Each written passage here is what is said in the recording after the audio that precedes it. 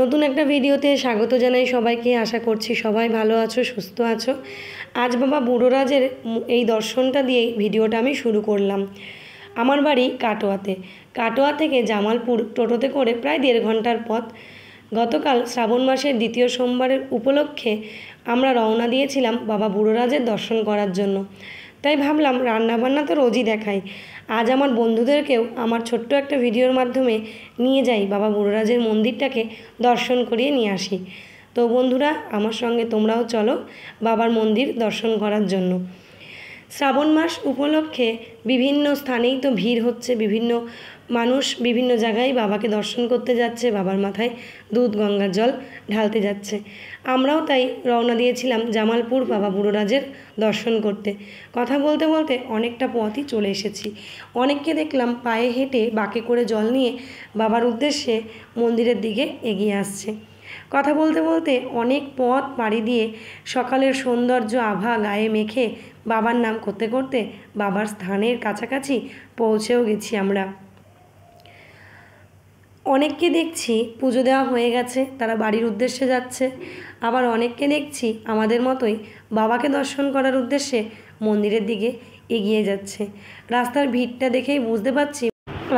দেখেই বুঝতে পারছি মন্দিরের ভেতরে কী পরিমাণে ভিড় হবে। এই দেখো, কথা বলতে বলতে আমাদেরকে এবার টোটো কাকু বলছে যে আমাদেরকে এখানেই নেমে পড়তে হবে, সামনের দিকে হয়তো টোটো নিয়ে আর এগোনো যাবে না, রাস্তায় এত ভিড়। তাই তোমাদেরকে মন্দিরের সামনের রাস্তার গেটটা আমি দেখাতে পারলাম না, যেহেতু আমরা ব্যাক সাইডে নেমেছি। এই সেই মাঠ, যেই মাঠ জুড়ে 1 মাসব্যাপী মেলা চলবে। এই হচ্ছে আমাদের বাবা বুড়োরাজ। আমরা লাইনেও দাঁড়িয়ে পড়েছি। আর এই মেলার মধ্যে সমস্ত কিছু বিক্রি হয়। মাও পুজোর ডালা কিন্তু মেলা থেকে কিনে নিয়ে আমরা এবার এই সেই বিশেষত্ব মেলার, দেখো বাবা বুড়োরাজের মন্দির। ওপরটা কিন্তু খড়ের ছাউনি দেওয়া এবং মেঝেটা পাকা করা। জুম করে তোমাদেরকে বাবার মন্দিরের মূল গেটটা আমি দেখানোর চেষ্টা করছি। প্রচণ্ড ভিড় এবং এখানে ধোয়ার জন্য সব কিছু আবছা দেখাচ্ছে, এত পরিমাণে ধূপের ধোঁয়া উঠছে। এটা হচ্ছে একটা ব্যাক সাইড থেকে মন্দিরটাকে তোমাদেরকে আমি দেখালাম। আমাদের পুজো দেওয়া হয়ে গেছে, সেই সময় আমি আর ক্যামেরা করতে পারিনি। এত পরিমাণে ভিড়, সেখানে আমার পক্ষে ক্যামেরা অন করা সম্ভব নয়।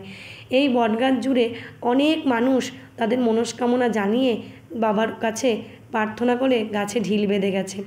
আমাদের পুজো দেওয়া হয়ে গেছে, এবার আমরা একটু মেলা ঘুরলাম। কি অপূর্ব লাগছে শিবলিঙ্গগুলো দেখে।